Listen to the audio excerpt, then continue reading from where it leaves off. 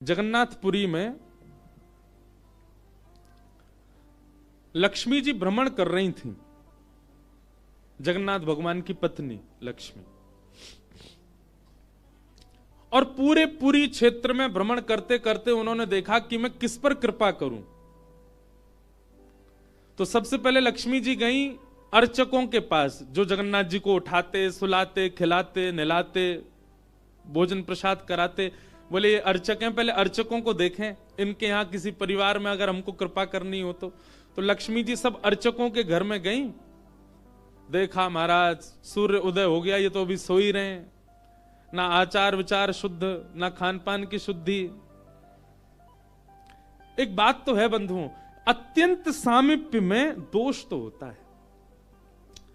जब किसी वस्तु का बहुत सामीप्य मिल जाता है ना कभी उसकी वैल्यू समझ में नहीं आती हमको।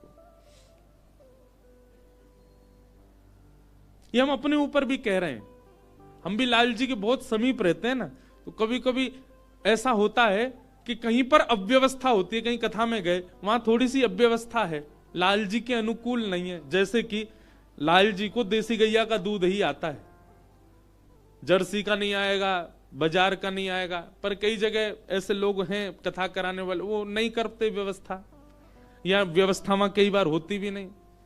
तो फिर लाल जी को हम कहते हैं, लाल जी अब यहां तो कछु दना जो है का है, आप बिना दूध के ही रहो। जबकि होना क्या चाहिए, चाहे जो हो जाए, चाहे 20 किलोमीटर दूर से आए, लाल जी के लिए दूध आना चाहिए, बिना दूध के नहीं रहते वो। लेकिन हम ठाकुर जी को ऐसे कह देते हैं, कोई बात नहीं ठाकुर जी, यहां दूध नहीं मिल रहा, 7 दिन बाद कहीं और जाएंगे, वहां तो दूध आएगा आपके लिए। अब ये अत्यंत सामीप्य, इसलिए हम ठाकुर जी से निवेदन कर रहे हैं कि आप काम चला लो।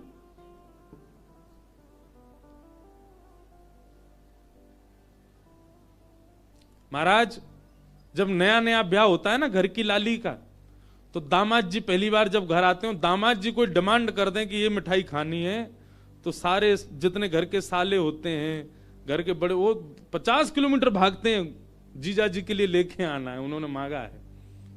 वही दामाद जी 10 साल बाद आके कुछ कहे, बोले अब जीजू रहने दो, क्या करोगे खाके।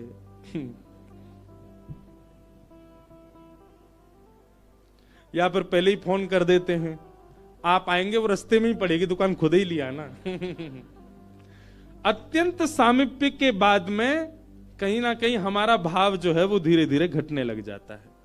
कभी कभी मैं आपसे भी निवेदन करूं, ठाकुर जी से भी विरह मांगो, हे नाथ कहीं मैं आपके बहुत समीप ना आ जाऊं, बहुत समीप आकर के कहीं मैं आपके प्रति मेरा भाव कम ना हो जाए। तो लक्ष्मी जी ने देखा महाराज सबरे पुजारी, अर्चक, साधक लेट लेट तक सो रहे हैं, ना आचार विचार शुद्ध, ना खान पान की शुद्धि, ना वस्त्रादि धुले हुए, एक ही वस्त्र हैं, 5-5 दिन तक उन्हीं को पहनने हैं। लक्ष्मी जी बोली ये मेरे रहने लायक स्थान नहीं है, इसको यहां नहीं आऊंगी मैं।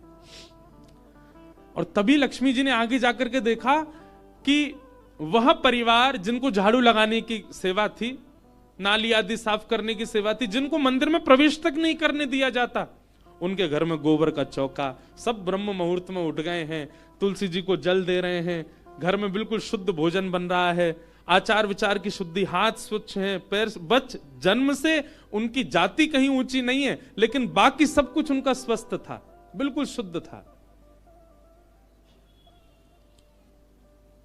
एक बात याद रखना बंधु, लक्ष्मी जी की कृपा चाहते हैं ना, पवित्र रहना प्रारंभ कर दो। लक्ष्मी जी को पवित्रता बहुत प्रिय है। आपने आज जो वस्त्र पहने, कल अगर आपने पहन लिए, लक्ष्मी जी तुरंत चली जाएंगी। इतनी भी अपवित्रता लक्ष्मी जी को प्रिय नहीं है। लक्ष्मी जी बोली ये अच्छी है, इसके यहां मैं जाऊंगी। लक्ष्मी जी प्रत्यक्ष प्रकट हो गई उनके घर में जाकर के। अब वे तो बेचारे छोटे मोटे लोग, बेचारे ज्यादा धनवान तो थे नहीं।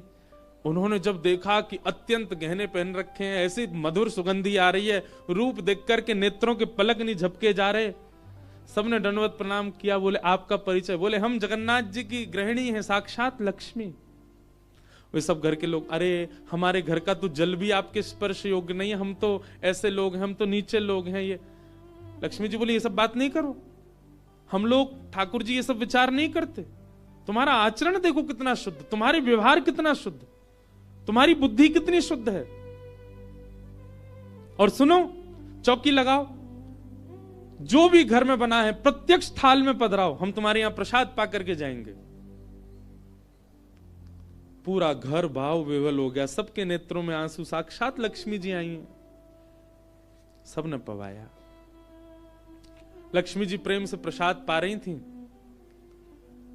तभी जगन्नाथ जी के बगल में ही विराजती हैं सुभद्रा जी, सुभद्रा जी के बगल में विराजते हैं श्री बलराम जी। बलराम जी भ्रमण कर रहे थे पुरी में, भ्रमण करते करते वो घर घरों में झांक के देख रहे थे क्या हो रहा है। जैसे ही उस घर में झांक के देखा तो श्री लक्ष्मी जी प्रसाद पा रहे हैं।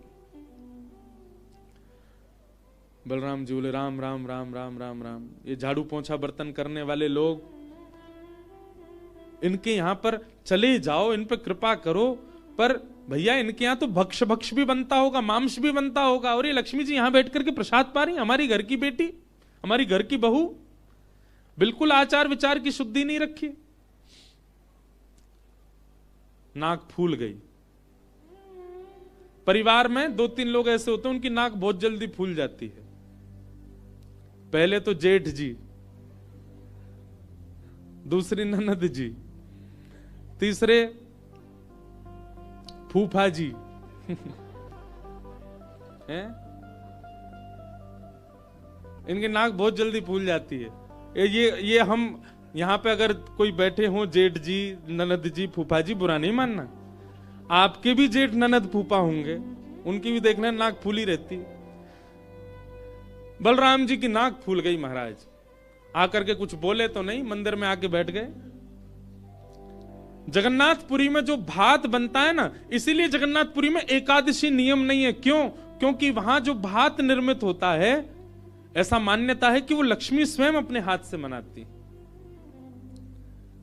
जगन्नाथपुरी के रसोई घर में जितने भी हमारे अर्चक लगते हैं, प्रसाद बनाने वाले, उन सबको मानसी भाव से ऐसी भावना रखनी पड़ती है कि हम जगन्नाथ जी की गृहिणी लक्ष्मी हैं, तभी वो भात निर्मित करके ठाकुर जी को पधरा सकते, नहीं तो ठाकुर जी भोग नहीं लगाते।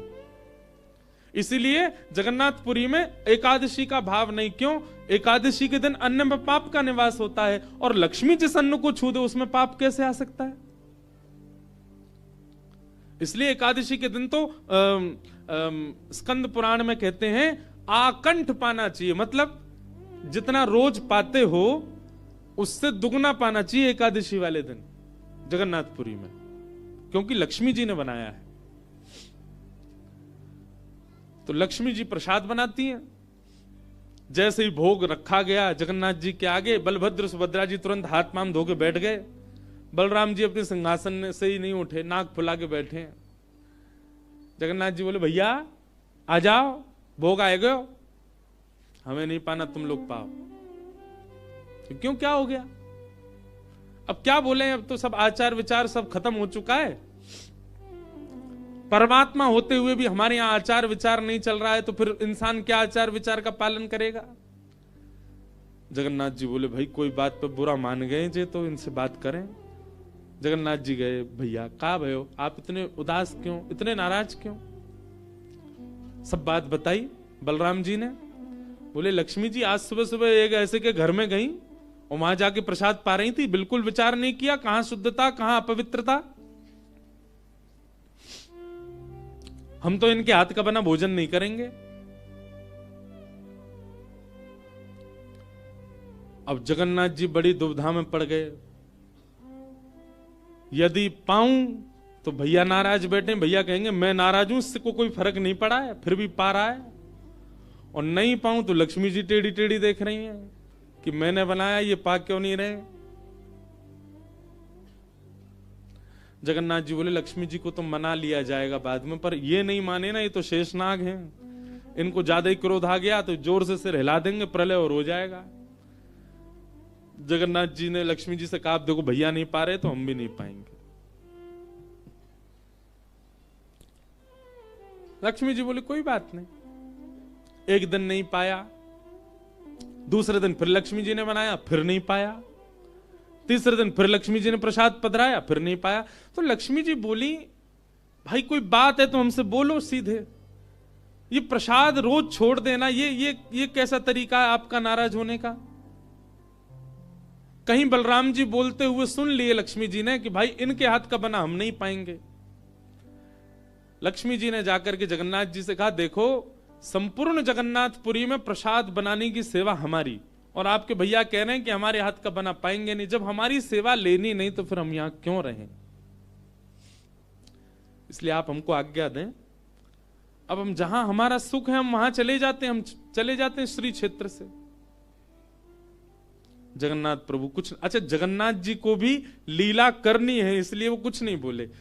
अब कुछ नहीं बोले तो लक्ष्मी जी समझ गई, बोले मौन मतलब हां ही होता है। लक्ष्मी जी बोले ठीक है, आप लोग शयन करो। रात्रि का समय, बलभद्र सुभद्रा जगन्नाथ जी के कपाट बंद हो गए। लक्ष्मी जी बोली अब हम जा रही हैं, और मंदिर से श्री लक्ष्मी जी चली गई। प्रातः काल ब्रह्म मुहूर्त का समय हुआ। महाराज जगन्नाथ जी बलराम जी जैसे ही उठे तो क्या पाया? नीचे फर्श पे पड़े थे। कहां सोने के सिंहासन पर सोते थे, सोने के बिस्तर पर सोते थे, बढ़िया लत्ता पहन के रहते थे, गले में स्वर्ण की मालाएं, हाथ में स्वर्ण के कड़ूला, पाम में स्वर्ण के कड़ूला आदि सब पहन के सोते थे। लेकिन लक्ष्मी चली गई तो सब चला गया। सवेरे उठे तो फर्श पे पड़े थे। बलराम जी बोले लाला जी कहाँ है वो? हमारे सिंहासन वगैरह कहां चले गए? ठाकुर जी बोले लक्ष्मी जी चली गई ना। लक्ष्मी तो मतलब सब होता है। बलराम जी ने अपनी तिजोरी जाकर के खोली, सबरे वस्त्र चले गए, आभूषण चले गए, सब आयुध चले गए, फटे पुराने मैले कुचैले बिना धुले महीनों के सालों के वस्त्र पड़े थे। और यही होता है, लक्ष्मी जाती है तो यही रह जाता है। लेकिन बलराम जी भी अपनी पूरी उसमें थे, बोले कि हम भी कुछ नहीं कहेंगे, ठीक है जैसे हैं वैसे रह लेंगे, कोई लक्ष्मी जी के जाने से हम पे फर्क थोड़ी पड़ रहा है। चल लाला भोजन को समय है, क्यों प्रसाद पामे।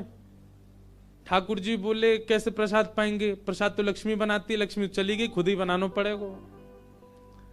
बोले हाँ हाँ, तो हम पे कोई बनावी कमी, हम दोनों मिलके बनाएंगे। कृष्ण बलराम दोनों गए रसोई घर में, जाकर के देखा तो महाराज वहां से अन्न दाल चावल सब चले गए, क्यों सब लक्ष्मी से ही आते हैं। कहां तक कहें चूल्हा जलाने की लकड़ी भी नहीं बची, वो भी लक्ष्मी से ही आती है। लक्ष्मी गई और सारी श्री लेकर के चली गई अपने साथ। एक दिन दो दिन, अब तो दर्शनार्थी आने बंद हो गए, क्यों मंदिर की श्री भी चली गई। जगन्नाथ जी और बलराम जी चुपचाप बैठे हैं अपने सिंहासन पर, भूखे प्यासे बेचारे, आंख बाहर निकल आई। बलराम जी बोले लाला, बोले हाँ 2 दिन है गए लाला, भोजन ना एक कियो, और 2 दिन पहले गुस्सा में ना कियो, 4 दिन है गए, और कछु है भी ना, कहा करें। देखो इस बात को कोई ऐसे मत ले लेना, लोग सोचने वाले यूं भी लेते हैं, बताओ महाराज जी कुछ भी बोल रहे हैं, वो साक्षात ब्रह्म है। लक्ष्मी जाने से उन पर कोई प्रभाव पड़ेगा? लक्ष्मी जाने से कोई प्रभाव नहीं पड़ता ठाकुर जी पर ठाकुर जी बलराम जी को बताना चाह रहे हैं कि भाई किसी को हेय दृष्टि से मत देखो, उसी के लिए पूरी लीला हो रही है। ठाकुर जी बोले दाऊ दादा एक काम है सके? बोले कहा? बोले समुद्र के किनारे स्वर्ग आश्रम है जहां पर लोगों की अंत्येष्टि होती है। बोले हाँ, मैंने एक बार देखा था, वहां पे लोग कटोरा लिए बैठे रहते हैं और उनको कुछ ना कुछ मिल ही जाता है। आपकी आज्ञा हो तो वहीं चलें, कछु तो मिल जाएगा। लाला पूरी दुनिया कहा कहेगी बताओ कृष्ण बलराम कहा कर रहे हैं ये? बोले ऐसे थोड़ी जाएंगे, रूप बदल के चलेंगे, कछु तो मिलेगा, पेट तो नहीं भरेगा हमारा। लक्ष्मी जी तो आएंगी नहीं, नाराज होकर चली गई।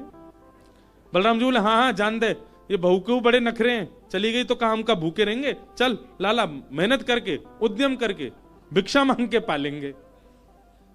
और श्री कृष्ण बलराम दोनों छोटे से बालक का रूप धारण करके गए और स्वर्ग आश्रम के बाहर कटोरा लेके बैठ गए, कोई कुछ तो दे जाएगा। ठाकुर जी और बलराम जी अपनी झोली फैला के जय जगन्नाथ जय जगन्नाथ, मैया तेरा भला हो कुछ दो। और कोई कुछ नहीं थे। एक ने तो डांट दिया, बोले हे छोटे बालकों क्या करते हो, विद्यालय जाया करो, पढ़ाई लिखाई क्या करो, क्या बचपन में आके बैठ गए हो यहाँ पे।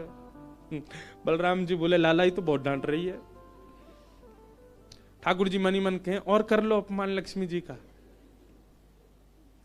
इतने में ही एक महात्मा आए, उन पर धन तो था नहीं, लोग वो खाते हैं ना मूढ़ी, भेलपूरी, झाल मूढ़ी बोलते हैं उसको, फूले फूले से होते हैं, क्या बोलते हैं उसको, मूढ़ी बोलते हैं ना, समझ गए ना सब।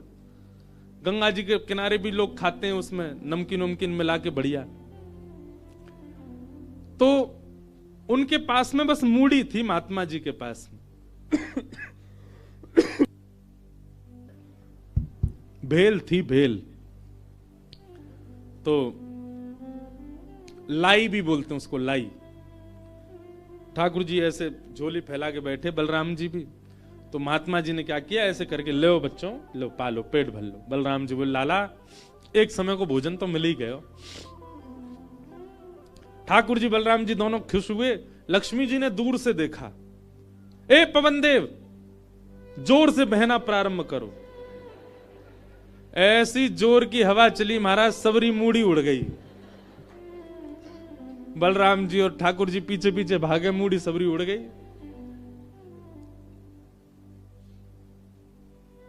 बलराम जी बोले, लाला ये क्या हो गया?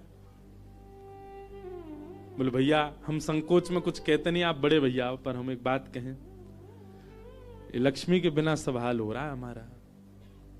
ठीक है बहू है, आपने समझा देते, आप भी बिल्कुल नाक फुला के बैठ गए, गुस्सा है के बैठ गए, चली गई बेचारी। यदि वे प्रसन्न हो जाए तो फिर सब ठीक है जाएगा। अरे ना बेटा कोई बात नहीं, हम तो क्षमा मांग लेंगे, तेने पहले क्यों ना कही मोते। ठाकुर जी बोले, अब कोई बात नहीं, अब चलते हैं, ढूंढे उनको कहां है। पूरे पुरी में ढूंढा, कहां है लक्ष्मी जी। लक्ष्मी जी उसी कन्या के घर में थी, उसी घर में थी जहां देख करके बलराम जी को हीन भावना आ गई थी। बलराम जी लेके गए, लाला यही घर में बैठी जब मैंने देखी काई। वहां जाकर के देखा तो महाराज उस घर में बिल्कुल जैसे मंदिर की रौनक होती है, ऐसी रौनक उस घर की हो रही थी। फर्श लगे हुए हैं, बढ़िया सोने चांदी के बर्तन रखे हैं, एक जगमगा रहा है मणियों से पूरा घर भवन। और बाहर बैठ करके उस महिला के जिसके ऊपर कृपा की थी लक्ष्मी, उसके बालक भर भर के सामग्री दे रहे हैं लोगों को, भोजन की सामग्री, वस्त्र ले जाओ, ये ले जाओ, कोई गरीब कन्या के लिए धन ले जाओ, राशि ले जाओ, सोने की मोहर ले जाओ। लक्ष्मी जी बैठी है घर में। ठाकुर जी बोले, अब लक्ष्मी जी तो नाराज हैं, भैया एक काम करें, हम भी लाइन में लग जाएं, कछु मांग लें, लेके चल दें। जैसे ही ठाकुर जी और बलराम जी लगे कतार में, भीतर से लक्ष्मी जी को देख के दया आ गई। मेरे प्राणनाथ, ये चाहे तो सर्वसमर्थ हैं, परंतु बलराम जी को बताने के लिए पूरी लीला कर रहे हैं। लक्ष्मी जी तुरंत बाहर आई और दोनों को इशारा किया, आप लोग इधर आओ। बलराम जी बोले, देख बहू तू नाराज मत हो, हम ते गलती है गई, और वैसे गलती तेरी भी कम नहीं, तो को नहीं जानो चाहिए ऐसी जगह। लक्ष्मी जी बोली, दाऊ दादा, ठाकुर जी के लिए सब अलाव है, हमारे लिए इतने बंधन। वे किसी भी भक्त पर कृपा करने जा सकते हैं, वहां पर जात पात नहीं देखी जाती, वहां पर यह नहीं देखा जाता कि भजने वाला कौन है, ब्राह्मण है, क्षत्रिय, वैश्य कौन है, सब पर वो अनुग्रह कर सकते हैं। तो फिर हमारे ऊपर इतनी रोक टोक क्यों? और किसी के जन्मगत व्यवहार से उसका पूरा जीवन नहीं आंकना चाहिए, उसके स्वभाव व्यवहार से देखना चाहिए कि वो है कैसा। कहां आप कहते हैं कि ब्राह्मण सर्वश्रेष्ठ, और वो देर देर तक सो के उठ रहे हैं, उनके यहां शुद्धि नहीं, वस्त्र 4-4 दिन तक पहन रहे हैं, एक महीना एक ही धोती में निकाल रहे हैं। आप कह रहे हैं कि वो श्रेष्ठ, और ये लोग जो इतनी पवित्रता का ध्यान रखते हैं, इन पर कृपा ना हो। हमारे अनुसार तो जो अपने कर्म से शुद्ध है वो शुद्ध है। बलराम जी और ठाकुर जी दोनों मान गए, जैसी आपकी इच्छा। बोले, नहीं आज के बाद हम आपसे एक नियम चाहते हैं। क्या? बोले, श्री जगन्नाथपुरी में नियम कर दीजिए। बोले, क्या? जिस महाप्रसाद को ब्राह्मण पाएगा उसी महाप्रसाद को शूद्र भी पाएगा, दोनों को समान फल मिलेगा। और यहां महाप्रसाद का ऐसा नियम रखा जाए कि अगर एक ही पत्तल में दोनों बैठ करके पालें तो दोनों को समान पुण्य प्राप्त होगा। महाप्रसाद पाते ही, अन्य तीर्थों में तो बहुत साधन करने पड़ेंगे, पर पुरी में आकर के कोई एक तिनका भी यदि महाप्रसाद का पाले तो उसको सर्व साधनों का फल प्राप्त हो जाए। और किसी भी प्रकार से यह ना देखा जाए कि कौन किस वर्ण का है, वो स्वभाव से शुद्ध होना चाहिए। हम सबको हृदय लगा में, अगर ये सब आपको मंजूर हो तो मैं राजी हूं। राजी हुए और तब से श्री जगन्नाथपुरी में ये सब नियम नष्ट कर दिए गए। महाप्रभु जी सबके लिए सुलभ हो गए। कहां तक कहें, जब ठाकुर जी बीमार होते हैं ना, तो ठाकुर जी की सेवा ब्राह्मण नहीं करते, अन्य वर्गों की ही सेवा होती है श्री ठाकुर जी की। वे ही ठाकुर जी को अंतरंग भाव से सेवा करते हैं, उन्हीं से ही ठाकुर जी प्रसन्न होते हैं। तो व्यक्ति का व्यवहार, स्वभाव, उसकी विचारधारा वो उच्च होनी चाहिए। वो जन्म से कौन है इससे फर्क नहीं पड़ता। सनातनी परंपरा है, परंपरा का निर्वहन होना चाहिए, परंपरा का पालन होना चाहिए।